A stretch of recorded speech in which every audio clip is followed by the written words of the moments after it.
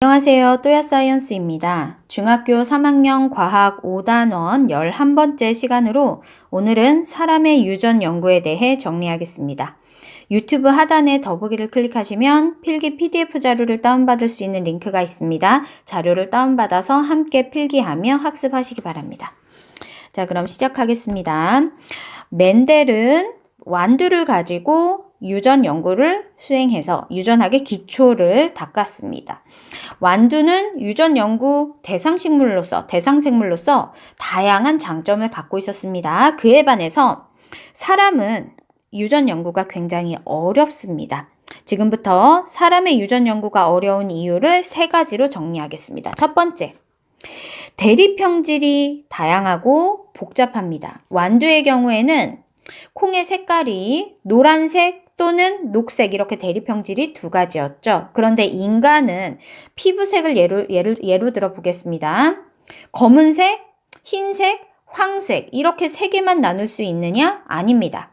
우리 가족 4명만 생각해 본다 하더라도 모두 황인종이지만 다들 약간씩 피부색이 다릅니다. 그래서 대립형질이 2개다 또는 3개다 이렇게 단적으로 이야기할 수 없고 피부색 같은 경우에는 굉장히 다양한 표현형이 나타나고 있습니다. 이렇게 대립형질이 다양하고 복잡하기 때문에 유전 연구가 어려운 것입니다.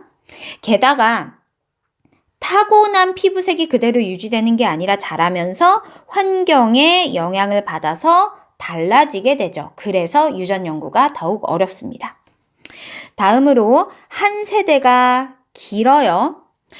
내가 자식을 낳았을 때 그 자식이 다시 그 밑에 자식을 낳기 위한 생식력을 가지려면 최소 10년 이상의 시간이 필요합니다. 이렇게 한 세대가 길기 때문에 유전 연구가 어렵죠.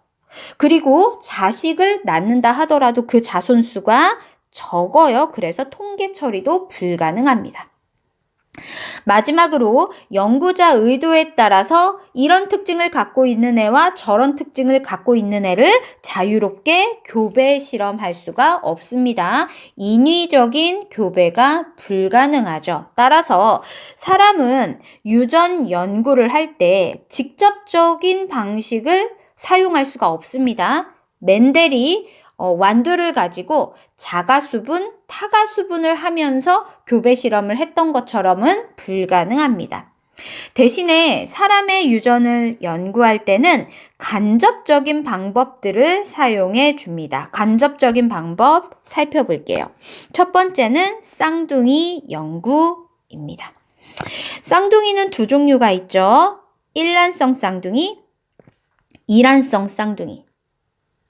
일란성 쌍둥이는 어떻게 해서 생기게 되는 거냐면 하나의 난자와 하나의 정자가 수정을 합니다. 그러면 당연히 수정란이 생기겠죠. 이 수정란이 발생 과정을 거쳐서 하나의 어린 개체로 이제 자라나야 되죠. 자, 그런데 발생 과정 초기에 이 발생이 진행되는 이 덩어리를 우리는 배아라고 부르는데 이 배아가 둘로 나뉘어집니다. 이런 식으로 배아가 초기 발생 과정 중에 둘로 나뉘어지게 되고요. 각각의 배아가 발생 과정을 마무리 지으면서 각각의 개체로 자라나게 됩니다. 따라서 애초에 수정란이 하나였기 때문에 일란성이라고 이야기를 하는 거고요. 하나의 수정란에서 시작됐기 때문에 이 2 개체는 유전적으로 100% 동일합니다. 유전적으로 100% 동일한데 서로 다른 환경에서 일란성 쌍둥이가 자랐을 경우에 같은 특징이 있고 다른 특징이 있을 거 아닐까요? 그래서 그 경우에 같은 특징을 갖고 있으면 이거는 유전적인 영향이 크다라고 해석을 하는 것이고 다른 특징을 갖고 있으면 이것은 환경적인 영향이 큰 형질이다. 이렇게 분석을 하는 것입니다. 마찬가지로 이란성 쌍둥이가 뭐냐면요.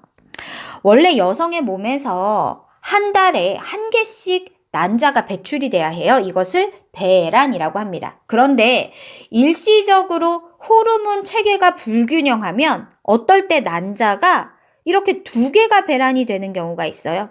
난자가 2개가 배란이 됩니다. 그러면 이 2개의 난자가 각각의 정자와 각각 수정을 해요.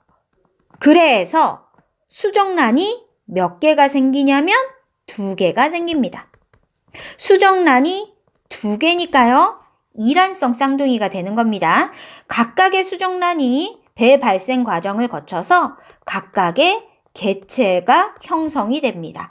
자, 이때 이 2 개체는 서로 다른 수정란에서 시작됐기 때문에 유전적으로 그냥 일반적인 형제, 자매, 남매 정도의 연관성을 보일 뿐이지 DNA가 100% 동일한 건 아닙니다. 이때 이 이란성 쌍둥이 중에 대부분은 같은 환경에서 자라잖아요. 같은 환경에서 자란 이란성 쌍둥이가 동일한 특징을 갖고 있으면 그것은 환경적인 영향인 거죠. 다른 특징을 갖고 있으면 그것은 유전적인 영향인 겁니다. 자, 이런 식으로 일란성 쌍둥이와 이란성 쌍둥이를 비교를 해서 특정 형질이 유전적인 영향이 큰지 아니면 환경적인 영향이 큰지를 분석할 수 있습니다. 이것을 쌍둥이 연구라고 해요. 자, 다음으로 가장 많이 쓰이면서 우리 시험에도 많이 나오는 가계도 조사입니다. 특정 형질에 대해서 한 집안의 여러 세대에 걸친 표현형을 분석을 하는 방법입니다. 여러 세대에 걸쳐서 분석을 하게 되면 어떻게 유전되는지를 짐작할 수가 있어요.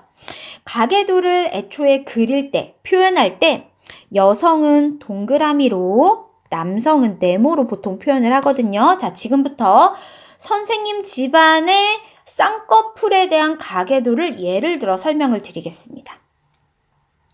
자, 선생님, 조부모, 할머니, 할아버지. 할머니는 쌍꺼풀이 있으시고요. 할아버지는 쌍꺼풀이 없는데요. 자, 그거는 이따 표시하고요. 할머니와 할아버지가 이렇게 있습니다. 두 분이 결혼을 하십니다. 그러면 결혼은 이렇게 가로짝대기로 표현해 주시면 돼요. 결혼을 해서 자식을 2을 낳으셨습니다. 자, 자식은 이런 식으로 아래 짝대기를 한 다음에 옆으로 분지를 시켜줘서 자식을 표현을 하는 겁니다. 첫째는 우리 고모고요. 둘째가 우리 아빠입니다. 자, 우리 아빠가 엄마를 만나 결혼을 했습니다. 결혼은 가로짝대기. 그리고 밑에 자식으로 우리 언니와 나를 낳았습니다. 자, 이런 식으로 가계도를 그려주시는 거예요. 자, 여기다가 지금부터 쌍꺼풀을 한번 표현을 해보겠습니다. 애초에 우리 할머니 쌍꺼풀 있으셨습니다. 그러면 이 동그라미 또는 네모 안에 표시를 하는 거예요. 색깔을 다르게 하든지 빗금을 치든지 하는 식으로 대립형질을 표현해 주는 겁니다. 쌍꺼풀이 있는 경우 색깔을 칠해볼게요. 할머니 쌍꺼풀이 있으셨고요. 할아버지 쌍꺼풀 없으셨습니다. 우리 고모 쌍꺼풀 없습니다. 우리 아빠 쌍꺼풀 아주 진하십니다. 우리 엄마 쌍꺼풀 진해요. 자, 그런데 우리 언니 쌍꺼풀 없습니다. 그리고 저 쌍꺼풀 진하게 있습니다. 자, 이런 식으로 가계도는 표현해 주시는 거예요. 자, 이렇게 가계도를 표시를 하고 나면 쌍꺼풀이 어떻게 유전됐는지를 알 수가 있어요. 자, 지금부터 쌍꺼풀 대립 유전자를 라지 A라고 표시할 거고요. 외꺼풀 대립 유전자를 스몰 a라고 표시해 보겠습니다. 아시겠지만 쌍꺼풀과 외꺼풀 중에서 쌍꺼풀이 우성입니다. 그래서 대문자로 표시한 거예요. 자, 우리 할아버지부터 생각해 볼게요. 할아버지는 외꺼풀이었습니다. 그러려면 유전자형이 스몰 a, 열성 순종일 때에만 외꺼풀로 표현이 됩니다. 자, 마찬가지로 우리 고모 스몰 a 유전자형을 갖고 있어서 왜 커플인 거고요. 우리 언니도 스몰 a를 갖고 있어서 왜 커플로 표현이 된 겁니다. 자, 이때 우리 고모 봅시다. 스몰 a 2개 중에 하나는 당연히 할아버지가 주신 거겠죠. 나머지 하나는 할머니가 주셔야 되는데 할머니는 표현형이 쌍꺼풀입니다. 따라서 우리 할머니는 라지 A도 갖고 있고 스몰 a도 갖고 있고 이 스몰 a를 고모한테 줬고 요 라지 A가 우성이기 때문에 쌍꺼풀로 표현된 것이다. 이렇게 해석할 수 있는 거죠. 자, 그리고 우리 아버지 봅시다. 아버지 쌍꺼풀이 있어요. 자, 그런데 할아버지가 줄 수 있는 건 쌍꺼풀 유전자, 외꺼풀 유전자, 외꺼풀 유전자밖에 못 줘요. 따라서 우리 아버지도 라지 A, 스몰 a의 잡종형으로 표현형만 우성이었던 그런 케이스입니다. 자, 그 다음에 우리 언니 봅시다. 언니 스몰 a 2개 중에 하나는 누구한테 받았다? 아빠한테.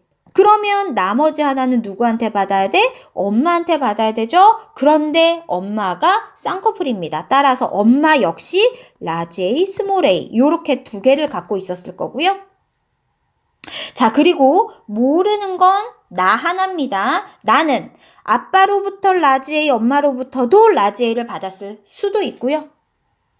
아빠로부터는 라지 A, 엄마로부터는 스몰 a를 받아도 표현형은 쌍꺼풀입니다. 거꾸로 아빠로부터 스몰 a, 엄마로부터 라지 a를 받아도 표현형은 쌍꺼풀입니다. 따라서 나는 유전자형이 라지 A인지 라지 A, 스몰 a인지 알 수 없습니다. 자, 여기까지 이런 식으로 분석해서 쌍꺼풀, 외꺼풀 유전자가 어떻게 유전됐는지를 알아내는 방법이 가계도 조사입니다. 우리 이제 앞으로 차차 단순한 이런 가계도 말고요. 여러 가지 유전 형질 또는 유전병에 대해서 다양한 가계도를 분석하면서 시험에 어떻게 대비해야 되는지를 연습하도록 하겠습니다. 자, 그 외에도 하나의 형질에 대해서 다양한 수천 개, 수만 가지의 사례들을 다 모아가지고 그것을 통계적으로 분석하는 방법, 통계조사. 그리고 어떤 유전병이나 유전 형질에 대해서 염색체에 이상이 있어서 그런 것들이 나타나는지 염색체 수나 염색체 모양을 분석하는 방법. 마지막으로 그 형질을 나타내는 유전자를 직접 찾아서 분석하는 방법. 유전자를 직접 찾는다는 것은 그 유전자를 구성하는 DNA의 염기 서열을 직접적으로 분석한다는 뜻입니다. 기술이 발전해서 그 정도 수준까지 와 있죠. 이런 식으로 사람의 유전 방법은 직접적인 방식이 아니라 간접적인 방식으로 진행이 됩니다. 오늘은 사람의 유전 연구의 개략적인 내용을 설명드렸습니다. 고생하셨습니다.